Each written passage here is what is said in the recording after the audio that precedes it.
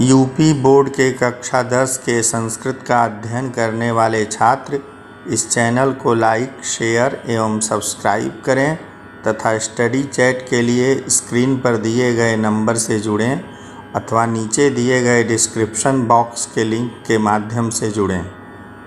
संस्कृत गद्य भारती के कविकुल गुरु कालिदास शीर्षक पाठ के 10वें अनुच्छेद का हिंदी अनुवाद प्रस्तुत है।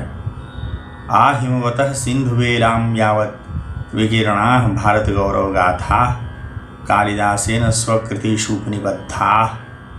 आहिमवतः अर्थात हिमालय से लेकर सिंधुवेलां यावत्, सिंधु अर्थात समुद्र, वेला अर्थात तट, तो हिमालय से लेकर समुद्र के तट तक, हिंद महासागर तक अथवा समुद्र के तट तक, विकीर्णाः फैली हुई, भारत गौरव गाथा, भारत के गौरव की गाथाएं, भारत की यशोगाथाएं कालिदासेन, कालिदास के द्वारा, स्वकृतिषु उपनिबद्धाः, अपनी रचनाओं में उपनिबद्ध की गई हैं, अपनी रचनाओं में वर्णित की गई हैं। रघुवंशे मेघे कुमार संभवे च भारत देशस्य विविध भूभागानां गिरिकाननादीनां यादृक् स्वाभाविकं मनोहारि च चित्रणं लभ्यते सचक्षुषा अनवलोक्य तदसंभवम् अस्ति।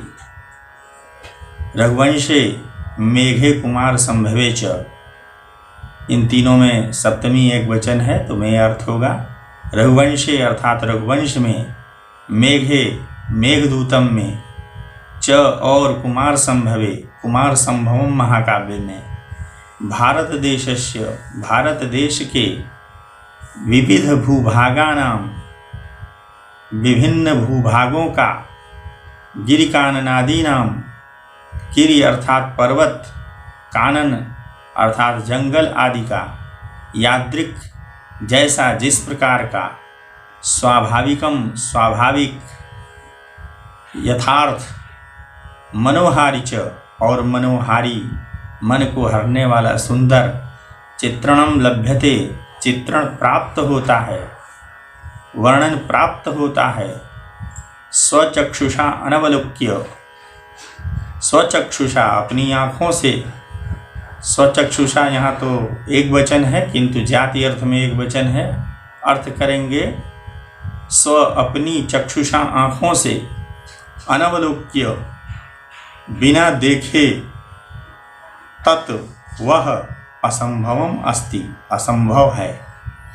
अर्थात कालिदास ने रघुवंश में, मेघदूतम में, कुमार संभवम में भारत देश के अनेक भूभागों, पर्वतों, कानन, जंगल आदि का जैसा स्वाभाविक एवं सुंदर चित्रण कालिदास ने किया है वह स्वयं बिना आँखों देखे संभव नहीं है। अर्थात कालिदास ने अवश्य भारत भ्रमण किया होगा और स्वयं वहाँ के प्रदेशों को देखा होगा, पर्वतों, जंगलों आदि को देखा होगा, तभी इस प्रकार से सुंदर एवं स्वाभाविक वर्णन कालिदास ने अपने ग्रंथों में भारत के विविध प्रदेशों का किया है। तथा विधम तस्य देश प्रेम तस्य काव्योत्कर्षम समुद्रढ़यति, तथा विधम उस प्रकार का, तस्य देश प्रेम उनका देश के प्रति प्रेम, तस्य उनके कालिदास के काव्योत्कर्षम काव्य के उत्कर्ष को, काव्य की श्रेष्ठता को, प्रतिष्ठा को, समुद्रढ़यति और अधिक दृढ़ करता है। तो कालिदास देशभक्त कवि हैं और उनकी कृतियों में जो देश के प्रति प्रेम है वह विविध भूभागों और पर्वतों, जंगलों, नगरों इत्यादि के वर्णन से अभिव्यक्त होता है। यह उनका देश प्रेम उनके काव्य की उत्कृष्टता को, श्रेष्ठता को और अधिक दृढ़ करता है। संतु तत्रानल्पा संस्कृत कवयः, तत्र वहाँ अर्थात संस्कृत साहित्य जगत में अनल्पाः संस्कृत कवयः सन्तु। अनल्पाः अर्थात न अल्पाः, थोड़े नहीं अर्थात बहुत अधिक। तो संस्कृत साहित्य जगत में बहुत अधिक संस्कृत कवि संत भले ही हों, किंतु कस्यापि कालिदासेन साम्यम नास्ति। किंतु कस्य अपि किसी का भी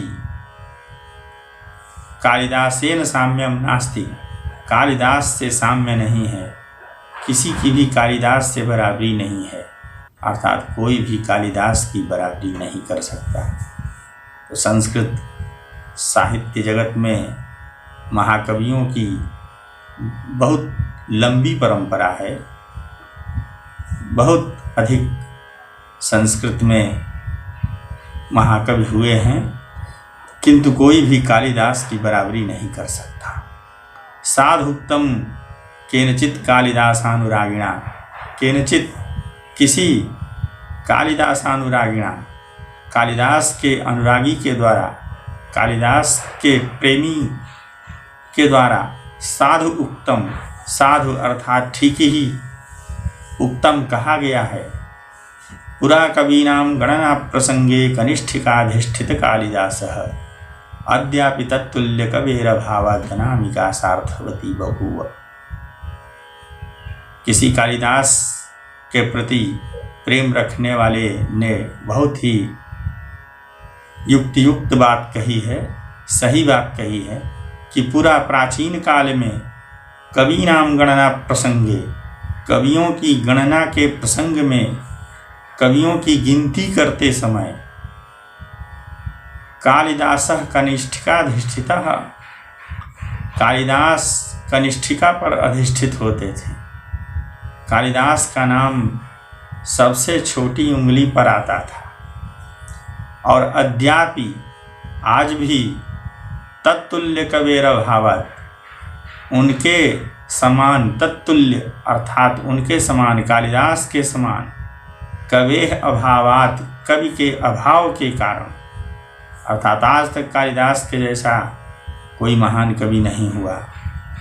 इसलिए अनामिका सार्थवती बभूव, अनामिका अर्थात जो छोटी उंगली के पास मध्यमा एवं कनिष्ठिका के बीच में जो उंगली है उसका नाम अनामिका है।